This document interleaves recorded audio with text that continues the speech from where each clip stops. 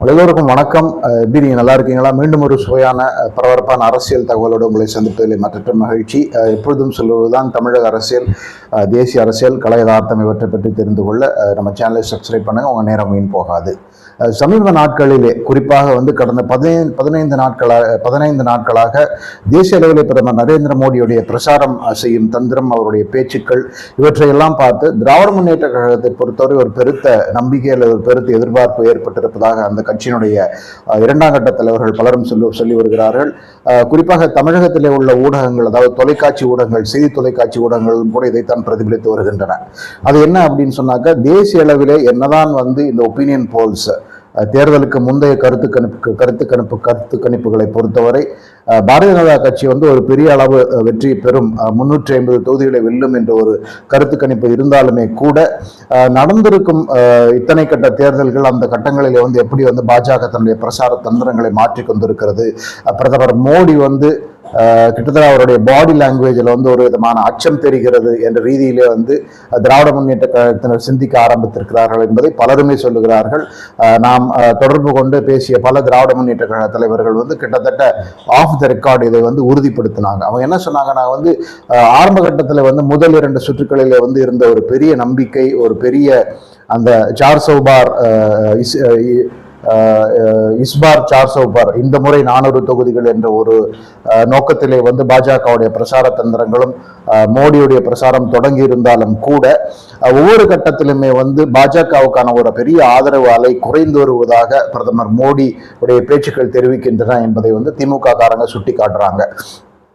இந்த அடிப்படையில் தான் சமீப நாட்களிலே கடந்த 15 நாட்களில் தமிழ் தொலைக்காட்சிகளில் செய்தி தொலைக்காட்சி விவாதங்கள் எல்லாம் பார்த்தோம் என்று சொன்னால் அதிலே பாஜக 272 அப்படிங்கிற நம்பரை அடைவதற்கு கொஞ்சம் கஷ்டப்படும். அது அவ்வளவு சுலபமாக அந்த மெஜாரிட்டி மார்க் 272 தொகுதிகளை பாஜக அடையாதுங்கிறது அவங்க சொல்றாங்க. இதற்கு அவர்கள் சொல்லும் காரணம் என்னன்னு சொன்னாக்க, ஒன்று தென்னாட்டிலே குறிப்பாக கர்நாடகத்திலும் தெலுங்கானாவிலும் காங்கிரஸ் ஓரளவுக்கு எதிர்பார்ப்பை விட அதிகமாக வெற்றி பெறும் என்று உறுதியாக சொல்கிறார்கள். கர்நாடகத்தில் 24 தொகுதிகள் இருக்கிறது, கேரளத்திலே 20 தொகுதிகள் இருக்கின்றன, தெலுங்கானாலையும் கிட்டத்தட்ட 20 தொகுதிகளுக்கு பக்கத்தில் இருக்கிறது. இந்த 60 தொகுதிகளிலே பாஜக உறுதியாக 15க்கு மேல் வெல்லும் வாய்ப்பு கிடையாது என்பதை அவர்கள் திட்டவட்டமாக சொல்லுகிறார்கள்.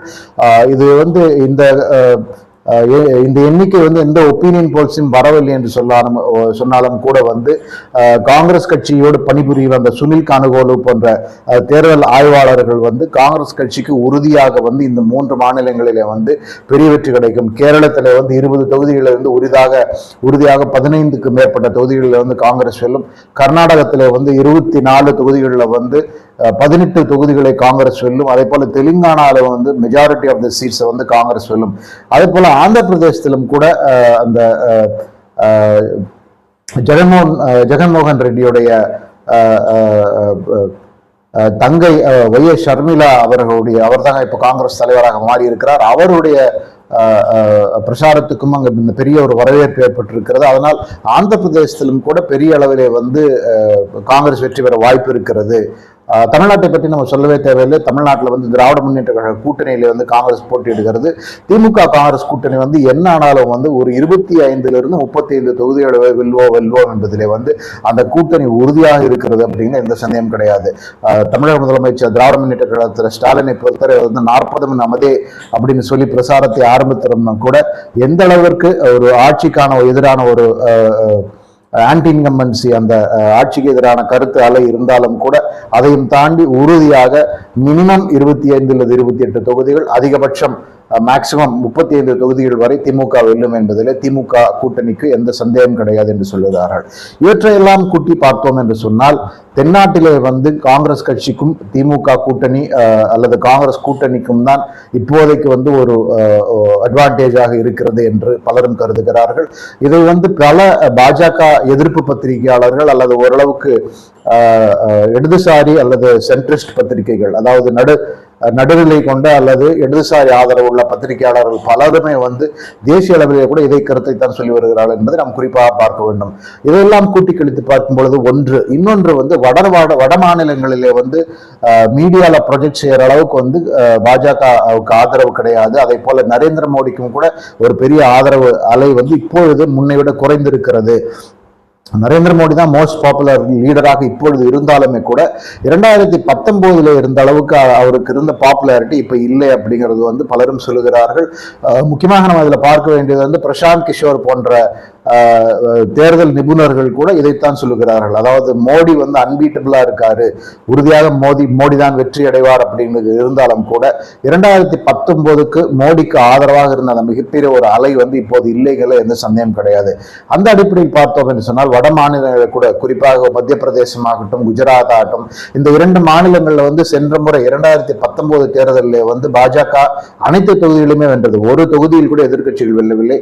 அதே போல உத்தரப்பிரதேசத்திலும் கூட 80 தொகுதிகளில் வந்து கிட்டத்தட்ட 64-65 தொகுதிகளை வந்து பாஜக வென்றது. இந்த முறை இந்த மோடி ஆதரவலை குறைந்திருக்கும் சூழ்நிலையில வந்து இந்த அளவுக்கு பெரிய எண்ணிக்கையில வந்து இந்த மாநிலங்களிலே வெற்றிகள் சாத்தியமில்லை என்று பலரும் நினைக்கிறார்கள்.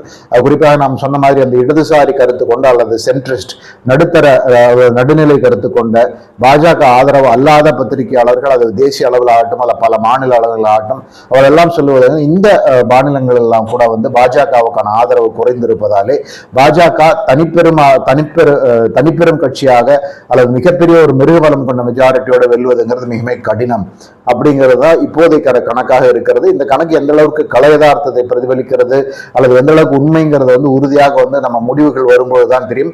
ஜூன் 4 அன்று ஓட்டுகள் எண்ண துவங்கும் போதுதான் இந்த கணக்குகள் எந்த அளவுக்கு சரியாக இருக்கும் தான் தெரியும். ஆனால் இருந்தாலும் கூட அந்த அடிப்படையிலேயே வந்து திராவிட முன்னேற்ற கழகத்தை பொறுத்தவரை ஒரு மிகப்பெரிய ஒரு நம்பிக்கை அவர்களுக்கு இருக்கிறது. அந்த நம்பிக்கை என்னன்னு சொன்னாக்க ஒருவேளை பாஜக வந்து 300 தாண்டாவிட்டால் அல்லது அந்த 272 அந்த அப்படிங்கிற மேஜிக்கை நம்பர் வந்து பாஜக வந்து அடையாவிட்டால் ஒரு 220 அல்லது 230 தொகுதிகளில் வந்து பாஜக நின்று விட்டால் அப்பொழுது வேறொரு 3வது கட்சியுடைய ஆதரவு இருந்தால்தான் அவர்கள் ஆட்சி அமைக்க முடியும் அப்படிங்கிற ஒரு கணக்கை வந்து திராவிட முன்னேற்ற கழகத்தினுடைய வட்டாரத்தில் வந்து ஒரு பெரிய உற்சாகத்தை ஏற்படுத்தியதாக சொல்கிறார்கள். முக்கியமாக நான் பார்க்க வேண்டியது வரலாற்று ரீதியாக முன்னாள் முதலமைச்சர் டாக்டர் கலைஞர் கருணாநிதி அவர்கள்லாம் உயிரோடு இருந்தபோது கூட திராவிட முன்னேற்ற கழகம் அப்படிங்கிற கட்சியோட மிகப்பெரிய ஒரு நோக்கம் அல்லது லட்சியம் என்னாக்க வந்து மத்திய அமைச்சரவையிலே எப்படாவது பங்கு வகிப்பது அப்படிங்கிறது அவங்களுடைய மிகப்பெரிய ஒரு நோக்கம். பல சந்தர்ப்பங்களில் அதை நாம் பார்த்திருக்கிறோம். இங்கே மாநில அரசியல் அல்லது மாநிலம் சம்பந்தப்பட்ட பிரச்சனைகள் எப்படி இருந்தாலும் கூட மத்தியிலே வாய்ப்பு கிடைக்கும் போது மத்திய அமைச்சரவையை பங்கு கொண்டு அந்த அதிகாரத்தை கோலோச்சுவது அப்படிங்கிற திராவிட முன்னேற்ற கழகம் தனக்கு மிக ஒரு பிடித்தமான விஷயமாக செய்திருக்கிறது. இன்னொன்று வந்து அந்த திராவிட முன்னேற்ற கழகம் என்ற அந்த மாநில கட்சியை வந்து தேசிய அளவிலே வந்து பிரதிபலிப்பதற்கு பலப்படுத்துவதற்கு இங்கே மாநிலத்திலே அதிகாரத்தை இன்னும் அதிகமாக கோலோச்சுவதற்கு இந்த எம்பிக்கள் மந்திரியானால் உறுதியாக வந்து திராவிட முன்னேற்ற கழகத்துக்கு அது காலகாலமாக பெரிய அட்வான்டேஜாக இருந்திருக்கிறது. பல மூத்த உறுப்பினர்கள் அதாவது TR பாலு, R ஆசா, இந்த மாதிரி பல உறுப்பினர்கள், ஜெகத் ரட்சகன் இவரெல்லாம் வந்து பல சந்தர்ப்பத்திலிருந்து மத்திய மந்திரி சபையிலே முக்கியமான பதவிகளை வகித்து இருக்கிறார்கள். அது வந்து 2 விஷயம். ஒன்று வந்து திமுக அப்படிங்கிற ஒரு ஆர்கனைசேஷன் அப்படிங்கிற ஒரு கட்டமைப்பை வந்து தேசிய அளவிலே வந்து ஒரு பலம் வாய்ந்த அமைப்பாக மாநில அளவிலே கோலோச்சுவதற்கு அதிகாரம் கோலோச்சுவதற்கு இந்த மாதிரி பதவிகள் மத்திய அமைச்சர் பதவிகள் மிக உதவியாக இருக்குங்கிறது ஒன்று.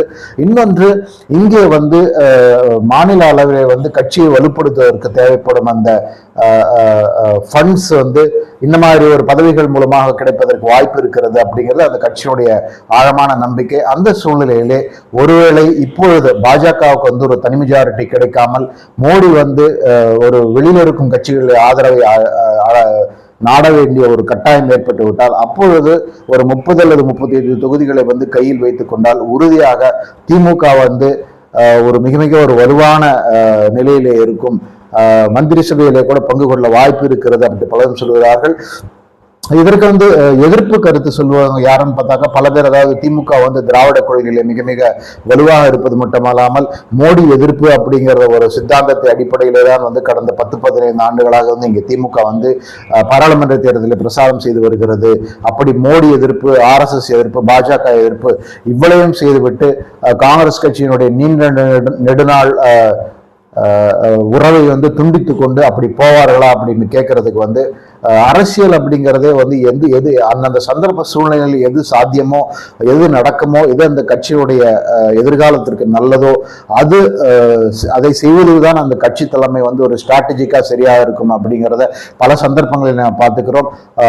உதாரணத்துக்கு இலங்கை தமிழர் பிரச்சனை கொழுந்து விட்டு எரிந்த பொழுது கூட அதை பற்றி பெரிய அளவில் வந்து இங்க உள்நாட்டிலே வந்து அதை பற்றி அந்த கருத்துக்கள் வந்து மதிப்பு இல்லை அப்படிங்கிற அடிப்படையிலே தான் அன்றைக்கு கலைஞர் கருணாநிதி வந்து திமுக அமைச்சர்கள் திமுகவுக்கு முக்கியமான அமைச்சர் பதவிகளை கேட்டு வாங்கினார். தயாநிதி மாறனுடைய தந்தையான முரசொலி மாறன், TR பாலு, ஆராசா போன்றவர்கள்லாம் வந்து மந்திரிகளாக ஆக்குவது வந்து மிக மிக ஒரு முக்கியமான ஒன்று அப்படிங்கிறதுல கலைஞர் கருணாநிதி உறுதியாக இருந்தார் என்ற கருத்துக்கள் சொல்லுகின்றன. அதே ரீதியிலே இன்றைக்கு திமுக சந்திக்கும் பல சவால்கள், திமுக சந்திக்கும் சட்ட சிக்கல்கள், திமுகவினுடைய பல முக்கியமான தலைவர்களுக்கு எதிராக இருக்கும் வழக்குகள், இவற்றையெல்லாம் சமாளிப்பதற்கு ஒரு அதிகாரம், மாநில அதிகாரம் மட்டுமில்லாமல் மத்தியிலே வந்து ஒரு கோலோச்சக்கூடிய செல்வாக்கு இருந்தால் அதைவிட நல்லது எதுவுமே இல்லை அப்படிங்கிற அடிப்படையில் திமுக சிந்திப்பதாக பல திமுகவினரை கூட ஒப்புக்கொள்கிறார்கள். அந்த அடிப்படையிலே திமுகவுடைய ஒரே ஆசை அல்லது ஒரே எண்ணம் இப்பொழுது பாஜக பலரும் சொல்வது போல இந்த 272 என்ற எண்ணை அடையாமல் 220 230 தொகுதிகளை நின்றுவிட்டால் அப்பொழுது திமுகவுடைய ஆதரவு, திமுக போன்ற மாநில கட்சிகளுடைய ஒரு பெரிய கட்சிகளுடைய ஆதரவு ஒரு மிக மிக வலிமையான அவசியமாக இருக்கும். அந்த சூழ்நிலையிலே தங்கள் கட்சி கேட்பதெல்லாம் கிடைக்கும் என்பதில் திமுகவுக்கு எந்த சந்தேகம் இல்லைங்கிறத முக்கியமாக பார்க்க வேண்டும். இதில் இன்னொரு முக்கியமான விஷயம் நம்ம என்ன பார்க்கணும்னா வந்து திமுகவுடைய ஆட்சி காலம் வந்து கிட்டத்தட்ட வந்து இன்னும் கிட்டத்தட்ட 3 ஆண்டுகள் இப்பொழுது முடிந்து விட்டது. இன்னும் 2 ஆண்டுகள் இருக்கு. 2026 வந்து தமிழக சட்டமன்ற தேர்தல் நடக்க இருக்கிறது. அப்பொழுது அந்த சட்டமன்ற தேர்தலில் வந்து இவ்வளவு எதிர்ப்பையும் தாண்டி மாநிலத்திலே வந்து கூட்டணியின் பலத்திலே திமுக வந்து எப்போதுமே ஒரு பலமாக கூட்டணி, எப்படி பாராளுமன்ற தேர்தலுக்கு திமுக கூட்டணி அமைத்திருக்கிறதோ கிட்டத்தட்ட அதே கூட்டணி தான் சட்டமன்றத்திற்கும் அமையும். அப்படி ஒரு கூட்டணியில் ஏதாவது பிரச்சனை ஏற்பட்டு காங்கிரஸ் கட்சி வந்து அதிமுக பக்கம் போகும் என்று சொன்னால் அப்பொழுது மீண்டும் இங்கு ஆட்சிக்கு வருவது எந்த அளவுக்கு சாத்தியம் திமுகவுக்குங்கிறது தெரியவில்லை. இப்பொழுதே அந்த ஆன்டி இன்கம்பன்சி, ஆட்சிக்கு எதிரான மக்களுடைய கருத்துக்கள் பெரிய அளவிலே இருக்கின்றன சொல்லுகிறார்கள். அது வந்து பாராளுமன்ற தேர்தல் போன்ற ஒரு தேர்தலில் பிரதிபலிக்காது, சட்டமன்ற தேர்தலில் பிரதிபலிக்கும் என்று சொல்பவர்கள் பலரும் இருக்கிறார்கள். அந்த சூழ்நிலையிலே ஒருவேளை திமுக இங்கு எதிர்கட்சி ஆகிவிட மீண்டும் அதிமுக தலைமையிலான ஒரு கூட்டணி ஆட்சிக்கு வரும் என்ற சூழ்நிலை ஏற்பட்டால் அப்பொழுது இந்த மத்திய மந்திரி சபையில் அங்கமாக இருப்பது வந்து ஒரு மிகப்பெரிய ஒரு வலுவாக அமையும், திமுகவுடைய எதிர்காலத்திற்கு மிக நன்மை பயக்கும் என்ற ரீதியிலே தான் திமுக கட்சியினுடைய தலைமை சிந்திக்கிறது என்று பலரும் சொல்கிறார்கள். ஆனால் இதற்கெல்லாம் மிக மிக முக்கியமான ஒரு அவசியம் என்னன்னாக்கா வந்து ஒன்று பாஜக எதிர்பார்க்கும் அந்த பெருவெற்றி அவர்களுக்கு கிடைக்காமல் போவது. திமுகவுடைய கணக்குப்படி பாஜக வந்து ஒரு 220 தொகுதிகள் 230 தொகுதிகளுக்கு மேல் வெல்லாமல் திமுகவுடைய ஆதரவு அவசியம் என்று நாடி வரும் பொழுது அப்பொழுது தங்களுடைய அனைத்து அவசியங்களையும் கேட்டு பெறலாம், முக்கியமான மந்திரி பதவிகளையும் கேட்டு பெறலாம் என்ற ஒரு கணக்கிலே தான் திமுக இருக்கிறது. இந்த ஒரு சுவாரஸ்யமான தகவலை கடந்த ஒரு வாரமாக பல திமுகவினரும் பேசி வருகிறார்கள் என்பது மட்டுமல்லாமல் மாநில அளவிலே பல மூத்த பத்திரிகையாளரும் கூட இந்த ஒரு சாத்தியக்கூறு நடப்பதற்கு வாய்ப்பு இருப்பதாக சொல்லுகிறார்கள் என்பதை முக்கியமாக பார்க்க வேண்டும். பொறுத்திருந்து பார்க்கலாம். இப்படி ஒரு மாறுபட்ட கணக்கு பலிக்கிறதா, திமுகவுடைய ஆசை நிறைவேறுகிறதா என்று பொறுத்திருந்து பார்க்க வேண்டும். ஒருவேளை அந்த மோடி ஆதரவலை குறைந்திருந்தால் கட்டாயமாக வந்து பாஜகவுக்கு சிக்கல் ஏற்பட வாய்ப்பு இருக்கிறது. அப்படி இல்லாமல் மோடி வந்து பாஜக வந்து தனிப்பட்ட முறையிலே 350க்கு மேல் அல்லது 300க்கு மேல் பெற்றுவிட்டார்கள் என்றால் இந்த கணக்குகள் எல்லாம் பொய்த்துவிடும் என்பதை நாம் பார்க்க வேண்டும். மிக மிக ஒரு இன்ட்ரெஸ்டிங்கான ஒரு கால்குலேஷன் திமுக தரப்பிலிருந்து. ஆனால் எந்த அளவுக்கு இது பிராக்டிக்கலா நடக்கும் என்று தெரியவில்லை. பொறுத்திருந்து பார்ப்போம். ஜூன் 4 மாலை வந்து இவற்றை எல்லாரும் இடையிருக்கும். உங்கள் நேரத்துக்கு மிக்க நன்றி. இந்த ஒரு மாறுபட்ட கருத்தை பற்றி உங்க வியூ என்னங்கிறத கருத்துல பதிவிடுங்க. உங்க நேரத்துக்கு மிக்க நன்றி. மீண்டும் வேறொரு காணொலியோடு நான் உங்களை சந்திக்கிறேன். மிக்க நன்றி.